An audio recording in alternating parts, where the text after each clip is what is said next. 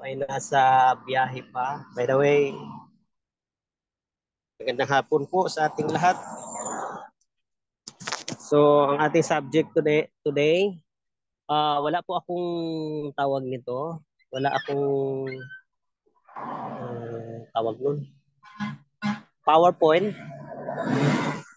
Dahil nandito pa ako sa La Union.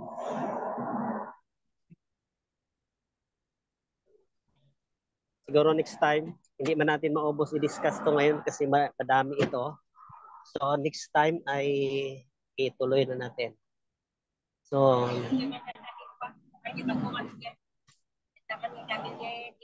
paano ba ito?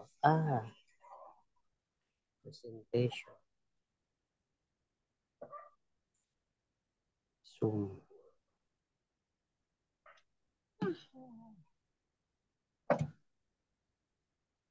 Hindi po ako maka-share.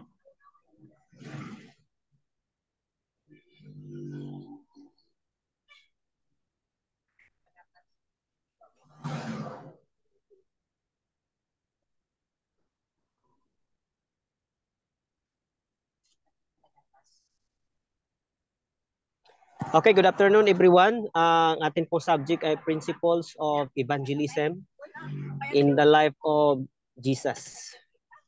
So, mag-take note na lang po tayo, pero ibibigay ko rin naman sa inyo tong aking PowerPoint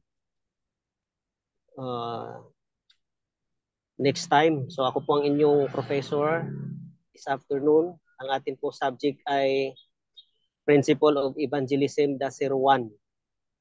So, evangelism, the lifestyle of Jesus. Christ is our reaching people, way of reaching people. Paano nga ba si Kristo nag-reach, no, sa mga tao? Ano yung kanyang paraan? Ano ba yung kanyang ginagawa? Ang kanya bang ginagawa at ang ating ginagawa ngayon ay parihas. Yan.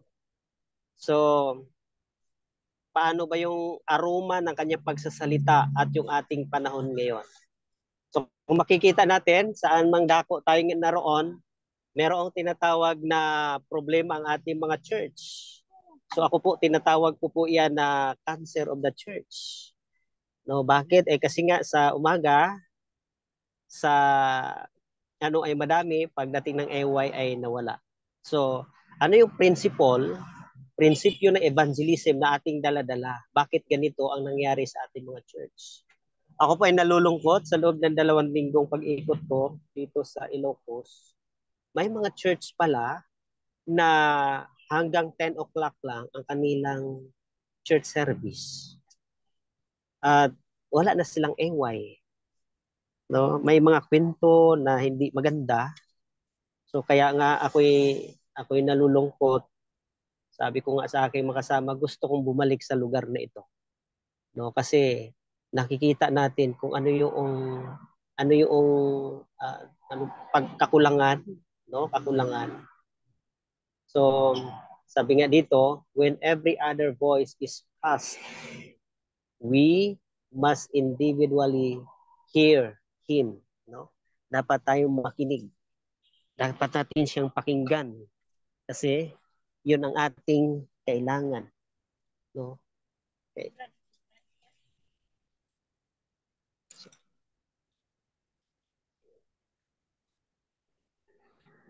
Sabi nga sa Psalms 146:10, we must individually hear Him speaking to the heart. When every other voice is hushed and in quietness we wait before Him, the silence of the soul makes more distinct the voice of God. He bids us be still and now know that I am God. Yun po ang sabi ng ating haring si David, no? Na alam niya kung sino ang ating Panginoon at ito'y sa ating mga puso. Kung makikita nga natin, ito'y lagi kong binabanggit na ang Bible or the Bible, laging tinuturuan ang ating mga puso. Kasi ang ating mga puso, ito'y mahirap turuan. Kung ang dila mahirap paamuin, ang puso naman mahirap turuan. Sabi pa sa The Ministry of Healing, page 58, amid the horrifying throng and the strain of life's intense activities, he who is thus refreshed will be surrounded with an atmosphere of light and space. His life will breathe out of fragrance and will reveal a divine power that will reach man's heart. No, yung ang ating mga kaya ang ating mga puso talaga, kasi kung ang ating mga puso ang naturuan natural, isa sa buhay natin kasi yun. Yung tinatawag nating IEL, no, integrated evangelism lifestyle. So lifestyle, kahit saan ka pupunta, dahil ang iyong puso naturuan, ikaw ay isinasabuhay mo na yun. So you are my witnesses, ang sabi ng ating Panginoon sa John 15:27. And you also are witnesses because you have been with me from the beginning. No? Tayo ay kanyang mga saksi, kanyang mga lingkod. So kung tayo kanyang mga saksi natural, ay magiging ano tayo, magiging hindi tayo komportable na hindi natin ibahagi ang salita ng ating Panginoon. So darating ang araw, pag-aralan natin paano ba natin isabuhay yung salita ng ating Panginoon. Tuloy-tuloy po ito. Sana wag po tayong mawala. Ano ho? So sa ating mga graduating student, mga fast trackers, no? Wag po sana tayong mawala. Alam na po natin na tayo ay nagdadala ng pabalita ng Panginoon. So minsan, yung pabalita na yon, paano ba natin dinala? Yan. Paano ba natin sinabi? Paano ba natin isinabuhay? Paano ba natin pag tayo pinangaral, sino ba ang nakilala? No, si Sabat ba? Si huwag kumain ng baboy? Or si ano ba? Si mangangaral ba? Si Kid Bail ba? Yun ba yung nakikita? So bakit ba siya nagpabaptize? No, dahil kay baboy o dahil sa nakilala niya ang pag-ibig ng Diyos. So, titignan po natin 'yon. When we adhere to Christ, he will so identify himself with our thoughts and aims, so blend our hearts and minds into conformity to his will, that when obeying him we shall be but carrying out our own impulses that will refine and sanctified will find its highest delight in doing his service. No? Ayon pa sa Desire of Ages, page 668. No, Christ in us, no? Dapat yung sinabing obeying, no, yung ating dapat obey tayo, sumusunod tayo. Sa atin talaga manggaling 'yon. Hindi kung kanino man, no? Sa mga nagtuturo, halimbawa sa mga nagtuturo, bakit sila nagtuturo? Sino ba yung unang naging beneficiary doon sa tinuturo mo? Siyempre ikaw yon na nagtuturo. Ikaw yung unang nagbibenepisyo. So, tayo sa pagdadala ng pabalita ng Panginoon, yung tinatawag nating pagdala ng pabalita, ang unang nagbe-benefit nito, ikaw mismo na nagdadala. So, dapat makita muna sa atin yun. Dapat tayo muna yung ano bang tawag niyan? Tayo muna yung convince, no? Kasi mahirap mang-convince na hindi ka convince. No, kaya sabi ko nga noon, lagi akong binubuli dahil pag ako ay nangangaral, wala po akong baptism. No, sabi, ba't walang baptism? Ngaral ka ng ngaral, no? Kasi nga, ang aim natin, kaya tayo nangangaral, para magkaroon ng baptism. No, ang iba nga pag nagdala ng pabalita, yung medyo may pananakot, lalo na yung 7 last plagues, no? Yun ay pagka makinig ka ay talaga namang yes, nakakatakot. Totoo naman 'yon. Darating naman talaga yung araw na 'yon. Pero after noon, no? Yung iba ay kaya nagpa-baptize dahil kay sardinas. No, dapat hindi tayo mga Limbisyans, hindi dapat ito ay pagka sinabing sinong nangaral at taga-LIMS, no? Taga LCMBSI.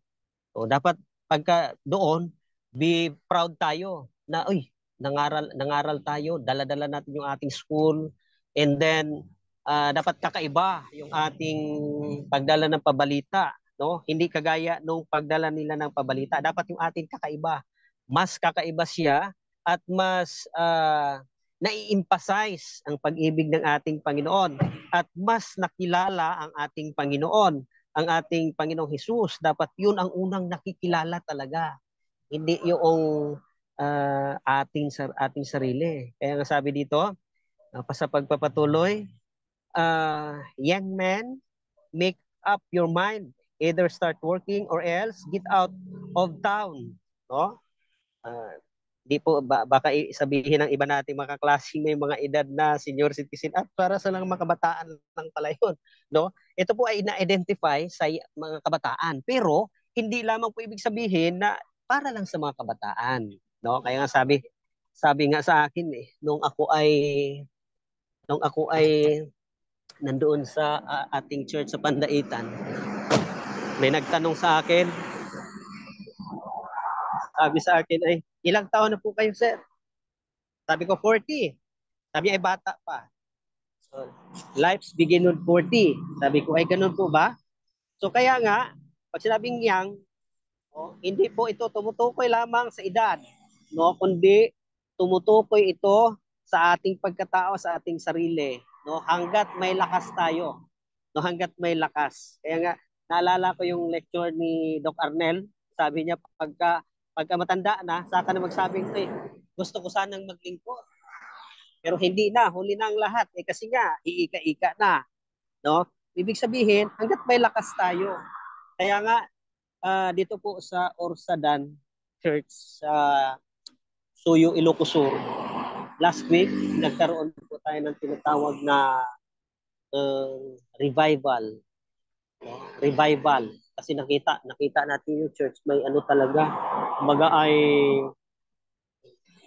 matagal na siya, 1960, 62, hindi ako nagkamali. Pero nakita ko bakit kakaunti ang tao, and then maya-maya, kwentuhan kami. At sabi ay kasi ganito kasi yun, brother. No? So ibig sabihin, sa pagdala natin ng pabalita, no, hindi lamang yung sabihin natin ay si elder lang yan, trabaho ni elder, trabaho ni pastor. Usually ganun tayo. So ako lagi kong dinidiin, we are all missionary. Ibig sabihin, lahat tayo ay kamanggagawa ng Panginoon. Yung tinawag ng Panginoon, no? Sa kanina doon sa Juan, ano sabi niya doon? You also are witnesses. So hindi po pinag-usapan dito yung edad. Hindi po pinag-usapan dito kung ikaw ba ay pastor, ikaw ba ay evangelist, ikaw ba ay missionary, hindi po. So we are all missionaries, no? Kaya usually nga kasi sa iba or maaring isa tayo sa nagplano. Sasabihin natin ay kukuha tayo ng missionary para magkaroon tayo ng tinatawag na mag-penetrate sa lugar, o mangaral, mag-Bible study. So, tayo, parang ang dating ay yung ating gawain, yung ating sagutin sa Panginoon, parang kukuha lang tayo ng tao para doon. Sana hindi ganoon ang ating mga kaisipan, mga classmates, no? Tayong lahat dito ay magkaklase. Sana hindi ganoon ang ating mga kaisipan lahat, no? Ang ating kaisipan dapat ay gagawa tayo hindi sa ating mga sarili kundi sa ating Panginoon, no? Gawain ng ating Panginoon kaya tayo gumawa. Kaya nga sabi niya doon sa Isaiah 41:10, fear not, for I am with you. Be not dismayed, for I am your God. I will strengthen you. I will help you. I will uphold you with my victorious right hand. No? So kung minsan na partay natatakot na ay baka walang makinig sa akin. No? Baka walang makinig. Actually, ganyan ako nung araw. Baka pag pupunta ako, walang makinig sa akin. Baka pag pupunta ako ay baka walang tao. No? Puro baka. No? Puro baka. puro baka lang, puro baka lang. So, ibig sabihin, mga kapatid, no, tayo ay mga limbisians. Hindi dapat tayo yung baka-baka. Dapat ay ginagawa natin ito sa biyaya ng ating mahal na Panginoong Jesus. Yan. Kaya nga sabi sa Christ Object Lesson page 149, personal effort for others should be preceded by church secret prayer. Before communicating with men, communion with Christ, let your life be led by hidden links to the life of Jesus. No? So, yung personal mo talaga. Ako po, first time kong mangaral doon sa New Lower Bikutan before. So, naglakas ng loob lang po ako. Hindi po talaga ako mangangaral. Sabi ko sa ating district pastor, Pastor, magkaroon ng pangangaral ang taga New Lower Bikutan. Sabi niya, magandang idea. That time, year 2000, way back year 2014, wala pang mga elder na nangangaral sa, hindi ko lang alam ha, pero sa aking pagkakaalam, within South Taguig, wala pa mga elder na nangangaral. Kasi malimit, kukuha ng team from AUP, no, yung VOY, every summer and then January, February, no, December, Christmas break. So kukuha ng team. Pagkatapos, sila yung mag-penetrate sa lugar, sila yung mangaral, may team sila, kanila na lahat. Pagkatapos, okay na. So, may mabaptize, pagkatapos alis na, picture-picture kaunti. No? After mga 2 to 3 months, yan po yung pinakamatagal, 2 to 3 months, wala na. Sasabihin kagad ay, ito, i-ano nyo yan, tawag dito, alagaan, nurturing. No? So dito po, ipakita ko din po sa inyo, no, paano po mangaral na yung tinatawag na nangaral ka, nagtanim ka, naghasik ka, nag-nurture ka, pero hindi ka nagba-Bible study. Yan. Ipakita ko po sa inyo yan. Ituro ko po sa inyo yan, yung mga tips na yan, yung ginagawa ngayon ng ating General Conference, yung sinisigaw ngayon ng ating SSD, yung preparation, sowing, cultivation, harvest, and preserve. So, yan po. Itatalakayin po natin yan. Ituturo po natin dito yan. Para, kasi wala po tayong rason sa ating Panginoon. Usually, gagaya niyang doon sa Bulacan kami, andyan naman si Ma'am Sherlyn. Ma'am Sherlyn, no, di ba? Doon tayo sa Bulacan. Sa may anong lugar yun, nakalimutan ko na. Pero wag niyo na ring tanungin si Ma'am Sherlyn. No? At atin-atin na lang ito. Meron tayong kapatid doon, talagang masigasig siya. Sabi niya, Brad, dapat ay sa daming pabahay na yan, dapat marami tayong madala. No? Marami tayong mapabaptize.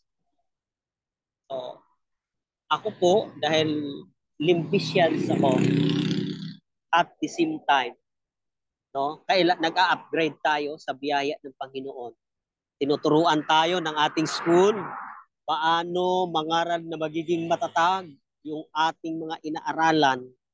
So, sabi ko, hindi po tayo diyan pupunta, no? Kasi 2 weeks lang ho kami dito. Pag alis ho namin, magkakaproblema kayo. No? Kasi madaling magpabaptize eh. Na madaling magpabaptize. Doon nga sa San Jose, sa Barangay San Jose, Ilocos Sur, no? Doon nga kahapon doon kami. Sabi kasi brother, ganito eh. Sabi ko, wow. So nakita ko yung layman style, no? Kasi mga layman style kasi yung ganun eh. Nakita ko, kaya sabi ko, wow. Nakakaano pa talaga. Nakaka-on, no? Na mayroong ganung mga pangyayari sa ating buhay. May ganung pangyayari na ang paraan ng ating Panginoon dapat ang paraan na ating gamitin, no? Hindi yung paraan natin para lang masabing maraming baptism, ito yon. So ikaw, na nagdala ng pabalita ng Panginoon, ang sabi dito, kailangan muna nating matuto, no? Yung ating sarili. No, ang ating sarili, kailangan mo nang itago sa likod ng ating mahal na Panginoong Jesus. No? Ayon sa Christ Object Lessons page 149, itago natin. No, paano ba natin 'to itago? No, ibig sabihin, ang ating sasabihin, convince tayo, plus yung tinatawag na panalangin, lagi panalangin. Ako po mga kapatid, pag ako'y kinuha na speaker dito po sa doon po sa Mindoro, pag sinabihan ako, brother, ikaw speaker ka sa ganitong lugar. Pagkuha po ako ng isang elder niya bago ako magsalita at sabihin ko sa kanyang ipanalangin mo ako. Panalangin mo ako. Pagkatapos, bukod yung personal prayer ko.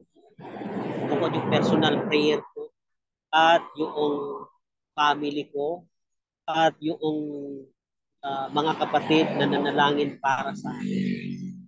No? Kasi iyon yung doon tayo kumukuha ng lakas.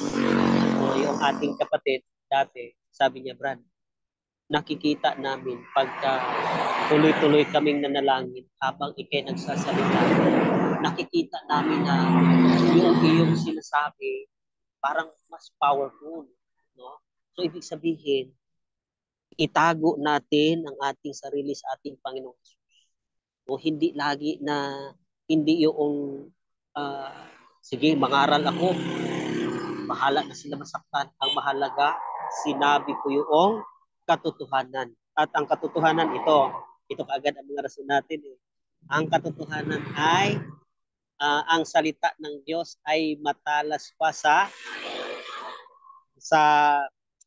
tawag ito, sa sword na may dalawang talin. Totoo naman yun. At masakit ito, no? Masakit. Pero si Kristo ba nung siya nangaral, yung mga tao ba ay nasasaktan? Yung mga tao ba ay nasa paligid niya ay nasasaktan? No? So, yun ang ating ibalik natin kaagad doon na pag ako ba mangaral, pag ito ba babanggitin ko, sigurado kaya na maging mabunga ang pag-aaral. Alam niyo po, isang araw, nung ako ay kinuhang mangaral, dahil hindi pa po ako nag-aral sa Logos, meron talagang slides na mga manlalasing, o mga lasinggero, hindi makarating sa langit. Eksaktong dumaan yung lasing. Pagdaan ng lasing, ay pagkabanggit ko ay kalakas pa man din, may trumpa pa, may ano pa sa labas ng church. Bumalik yung lasing sa gate ng church, nagwala. Sino ba yung pastor na yan? Ha? Pastor na yan. Alam nyo, pagkatapos kong magsalita, sinalubong ako ng mga Indian. Galit yung lasing dyan. Pero huwag ka mag-alala, nakausap na. Nakausap na namin. Ay bakit? Ay lasing kasi, ay tamang-tama yung sigaw mo na mga manlalasing, walang bahagi sa kanila. Which is true. Nandoon naman talaga yun eh. Nakikita naman talaga natin yun eh, mababasa natin. At sinasabi ng Biblia, which is tama talaga siya. Di ba? So, ang tanong, natutuwa ba sila? So, alam natin na gano'n na nga. So, paano natin i-approach na hindi sila masaktan? Ayan. So, alam niyo po, yun po yung turning point ko na dapat hindi pala nasasaktan ang ating inaaralan or ang ating pamayanan kung ano yung ating sasabihin in a loving manner. No? Dapat nasa pagmamahal, na pagkasabi, nasa pag-ibig, na pagkasabi, kumbaga ay lagi nating isipin ng ating Panginoong Jesus, siya lagi ang nakikita at ang kanyang tinig lagi ang naririnig. No? Sa pagpapatuloy, ang sabi pa dito, sa Steps to Christ, page 70. consecrate yourself to God in the morning. No? Make this your very first work at pagising. No? Dapat, at hindi lang yung ating pagising, dapat meron pala tayong, halimbawa, nagising ka ng 12 midnight, no? Dapat ay, hindi lamang yun ano eh, kumbaga ay manalangin pa rin. At yung sinasabing prayer without ceasing, yung prayer without ceasing, lalo na tayong mga missionaries, tayong mga limbisians, no, dapat tayo gagawin natin ito na very first work sa ating buhay. No? Ang sabi to, let your prayers be. No? Ating mga panalangin. Take me, O Lord, as wholly thine. I lay all my plans of thy feet. Use me today in thy service. Abide with me and let all my work be wrought in thee. This is my daily matter. No? Each morning consecrate yourself. No? Yan ang sinasabi dito. Thus, day by day, you may be giving your life into the hand of God. Yun talaga yun. Hindi lamang sa during pangangaral, kundi everyday. So, ibig sabihin, lifestyle natin. Balikan lagi natin yung salitang IEL, Integrated Evangelism Lifestyle. No? Kasi pag lifestyle na natin, lifestyle na talaga yun. So yung mga kasunod noon, dahil tayo ay mga steward ng Panginoon, so yung mga kasunod noon, no, sunod-sunod na po yan, hindi po yan nawawala. Kaya sa pagpatuloy, ang sabi ito, your hope is not yourself. It is in Christ. Yun. Dapat yung sentro ng ating pag-aaral, pangangaral, no, ay ang sentro ng ating Panginoon. Minsan kasi ay nangangaral tayo para at tinatanong natin, ay kumusta yung aking presentation? No? Minsan, kaya tayo nagtatanong, not because para matuto tayo, kundi kaya tayo nagtatanong para marinig natin yung positibong reaction. Usually, ganoon naman talaga eh. At ako po, ganyan po talaga ako. No? Personally. Ganun po ako. Pero, simula nung nag-aral ako, dito sa Lugos, mga minamahal kong mga kaklase, isa lang ang ibig sabihin. No, noong araw, lagi kong binabanggit, the center of this study is Christ. No? Pero, yun nga ang sinasabi ko, ang puso ang mahirap turuan sa lahat ng bagay. I-try nyo po na, tinatry ko po, yung may subject po tayo dati, how to face criticism. No? Kaya bawat magsasalita ako, inaano ko kaagad yan. May tinatanong ako mga kaibigan ko, even not my friend. Basta medyo nasa psycho natin na open mind siya sa pagtatanong. Tinatanong ko yun. What is your negative observation in my presentation? No?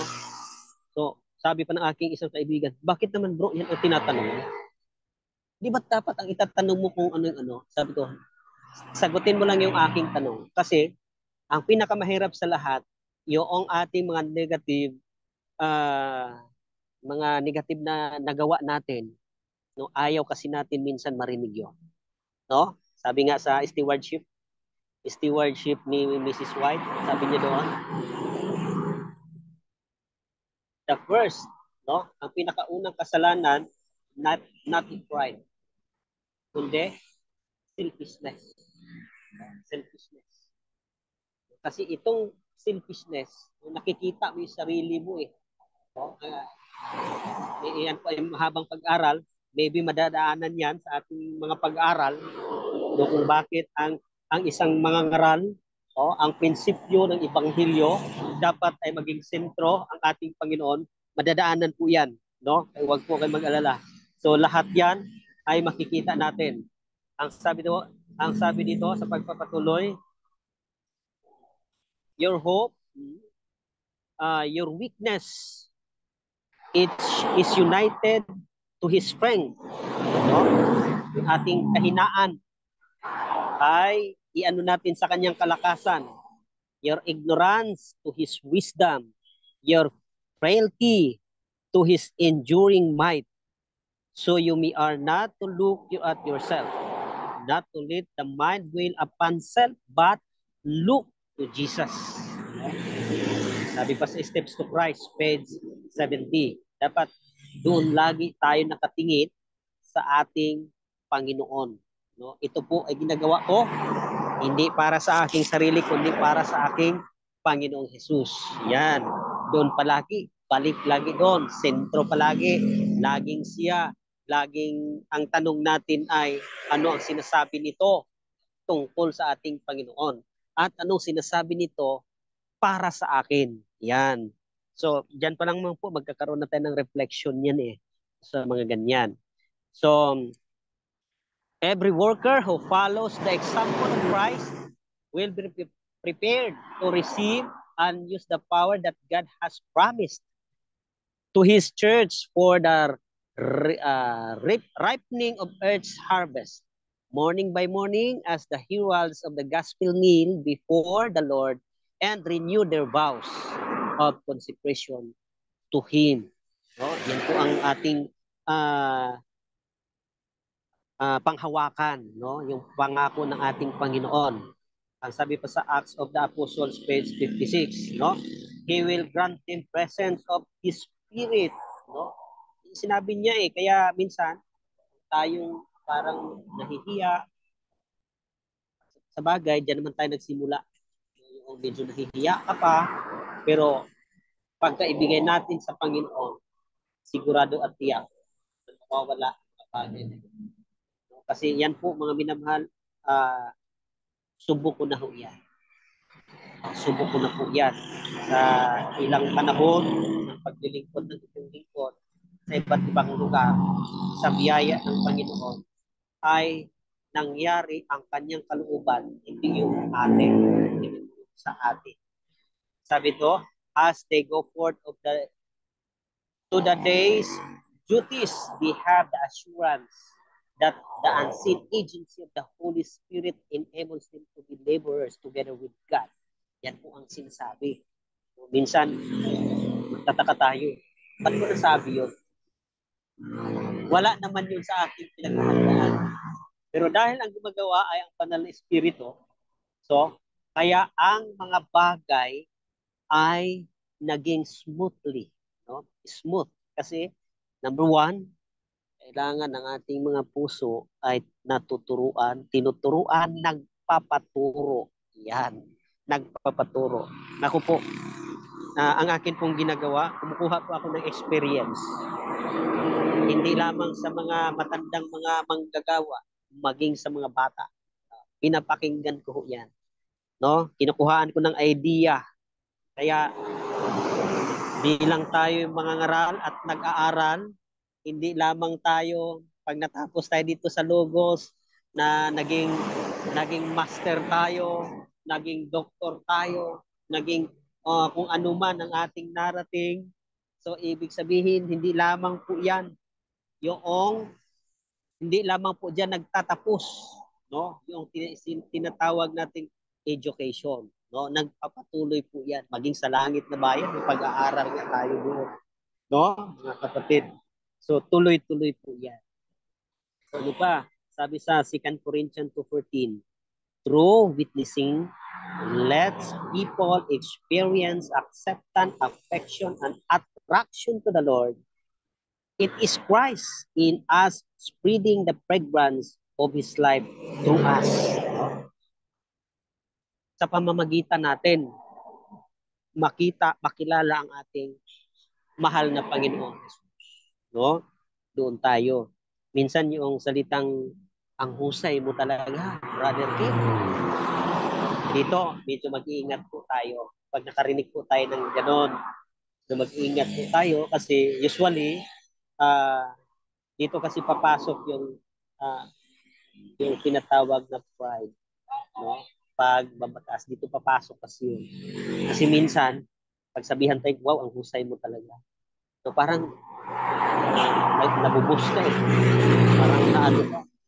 Pero ikaw, nag-aaral sa LIMS, nag-aaral ka sa Logos College of Vision, ikaw ay ibalik mo agad ang papuri sa Panginoon.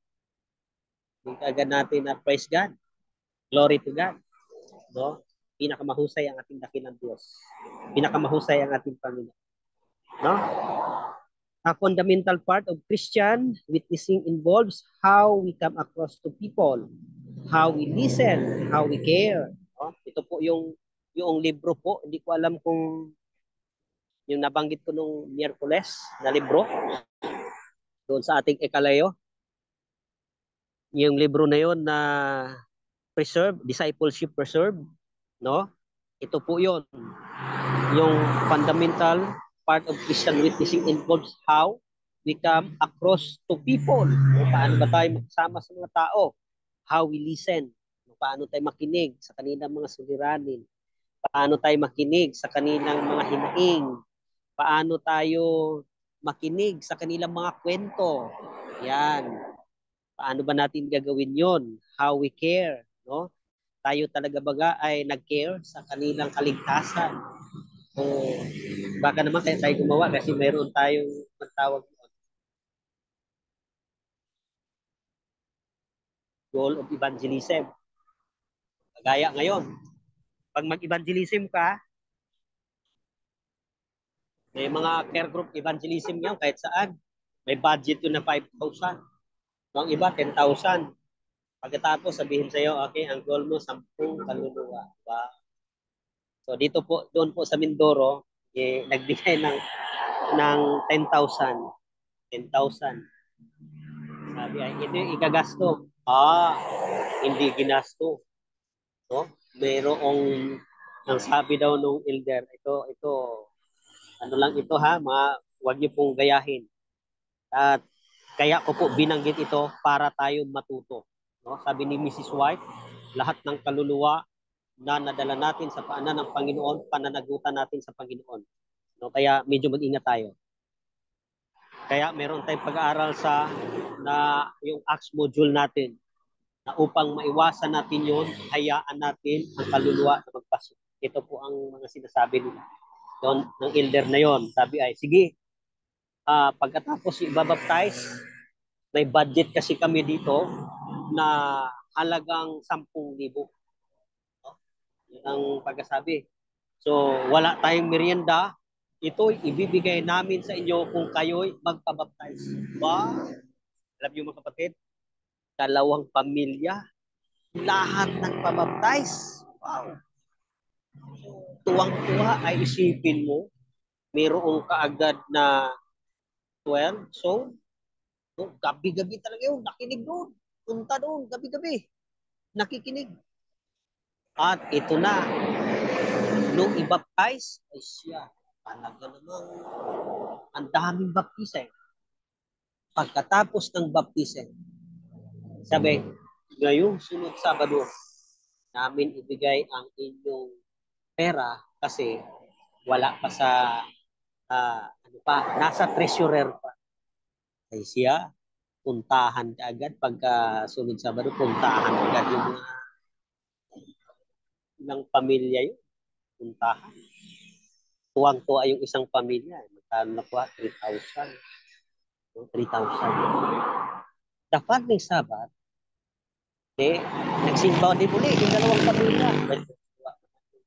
Church natin. Tuwang-tuwa yung in there. Puro nagsimba. The following Sabbath, mga anak na lang. Yun, mga anak na lang. Bakit? Wala na. At ngayon po, sa biyaya ng Panginoon, wala na talaga. So, ito po yun. Kaya iwasan po natin yung pag-uwi. No? Kasi nga, hindi nila nakilala ang ating Panginoon Jesus. Maring kayo, marami kayong karanasan sa field tungkol diyan. No? Marami kayong karanasan. Lalo na to si Doc Arnel Mercaida, si Doc Ray. Maraming mga karanasan yan sila. Si Doc Terry. Maraming karanasan yan. Lalo na dyan pa, bahagi ng Sambuanga. Dyan ako nang galing. Ang aming gawain dati dyan, ganun talaga. Para dahil sa tinatawag na goal. So pag ganun tayo, parang nahihiya tayo, yan po ay malaking panagutan natin sa ating Panginoon. Next, ang sabi dito, a fundamental part of Christian witnessing involves how and what impact we make on their lives as a consequences of their being around us. Ano ba yung impact noon natin sa kanilang buhay? Ano ba yung nakilala nila sa atin? Si Kristo ba o si 500? Kaya medyo ano tayo doon. When the love of Christ is enshrined in the heart like sweet fragrance, it cannot be hidden. Okay, yung ating kasing-kasing. Nahaluan ko na ng Cebuano, Dokteri. Yung ating mga puso, no? Dapat ay Christ-like, Christ-like talaga. No? Bakit laging puso talaga ang tinitira? Bakit puso talaga? No? Sabi sa Steps to Christ, page 77. Yung aroma, yung amoy na dapat na nakikita, naramdaman sa atin ng ating mahal na Panginoong Jesus. No? Hindi yung atin. No? Meron isang mga ngaral dito dati sa Mindoro. Ito'y kwento lang nila. Kwento lang ay palibhasa yung mga ngaral. Ito po kilalang kilala ninyo kasi evangelist po ito. Radio and TV evangelist po ito. Kilalang kilala nyo sigurado. Pero hindi ko na babanggitin ang pangalan. Para naman imbestigahan nyo na lang. Huwag nyo na akong pilitin. Makabanggitin ulit. So, nasabi niya doon, ang dala niyang topic ay yung the 7 last plagues. No? Talaga naman, binabanatan yung mga iglesia ni Cristo, talaga sumisigaw. Sabi ka agad ng mga tao ng Adventist na grabe, ang husay. Ang husay talaga ng taong yung talaga, gusto ko yung ganun pang no? Gusto ko yung ganun. Kasi nga, ano yun debatidor yun na tao. Gusto ko yung ganun. Pagkatapos ng baptism, pagkatapos ng pag-aaral, pangangaral, isang din, wala po ni isa na nagpabaptize at ang buong kapaligiran ay naging kaaway ng mga Adventist sa lugar nito. No? Kita natin yon. Isang tao lang yung nagsasalita, pero ang ating iglesia, ang ating denominasyon, iyon ang nakikita. Isipin mo yan. So, yan mga minamahal ko kaibigan, mga kapatid. Ano yung ating ginagawa? Yan ay malaking impact sa lipunan. Ano yung ating sinasabi? Malaking impact sa lipunan. Kaya ang sabi ito, Matthew 4:19, follow me and I will make you fishers of men. Sabi ng ating mahal na Panginoon Jesus. So, sundan natin yung kanyang apak. Hindi man tayo kasing husay, no, ng master natin, no? Hindi man tayo kasing husay ng ating professor na nagtuturo, hindi man tayo kasing husay ng ating mga pastor, pero ang sabi ng Panginoon, follow me. No? Follow me, sundan mo. Only by, sabi dito, 2 Corinthians 2:14, only by immersing ourselves in His presence will we carry and spread the sweet fragrance of His knowledge everywhere. No? Dapat, kailangan lamang yon mga minamahal. Only. No? Immersing ourselves in the presence of our God, our Savior. So dapat sa pamagitan niya lamang. Dapat laging ganun. Laging ibalik natin sa ating mahal na Panginoon. Hindi yung atin. Yung fragrance, yung aroma na nakikita nila, na amoy nila, na ito ang nakikita nila ay ating Panginoon Jesus. In the way we talk, in the way we care, in the way we hear, nandoon. Kaya as a chaplains, no? Kasi itong ating Logos College, major po tayo ng chaplaincy ministry. Yun po tayo, yun po ang ating medyo. So, ang chaplaincy ministry, ito po yung pinaka-the best na gawain maabot natin hindi lamang ang ating kapaligiran, ang ating pamilya, higit sa lahat yung ating sarili, no? Maabot natin yung ating sarili mismo. Kaya nga balik lagi sa ating sarili dahil yung ating sarili, yan po ay ito naman po sinasabi ng Panginoon po, ilan po yung napabaptize mo, hindi mo balikan tayo ng ating sarili. Kaya nga, kahit konting dugis, kapintasan, dapat ating pag-isipan ang lahat. Okay po, ako lumampas na ng 8 minutes. Ma'am Sherlyn, pagpatuloy po natin to sa susunod ng ating pag-aaral. So, in a reflection po,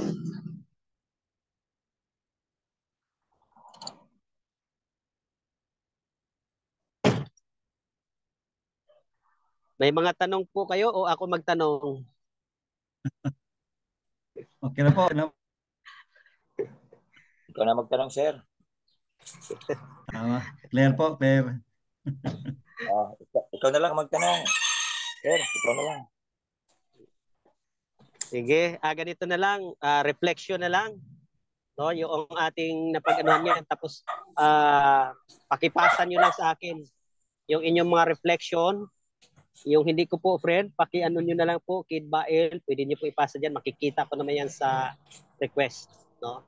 Reflection. Okay, sir. Okay, sir. Kung ano yung ating naunawaan sa ating pag-aaral. So, next Sunday, hopefully, ay makagawa tayo ng ating PowerPoint. Makahiram tayo ng laptop para tayo ay makita niyo yung aking presentation. Pero, ito pong ating presentation ngayon ay i-post ko rin po ito sa ating group chat. Sige po, hintayin namin dyan po. Salamat.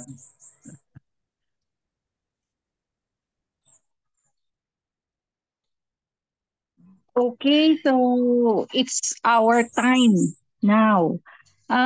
Sir Jerry mentioned that his power, he's back.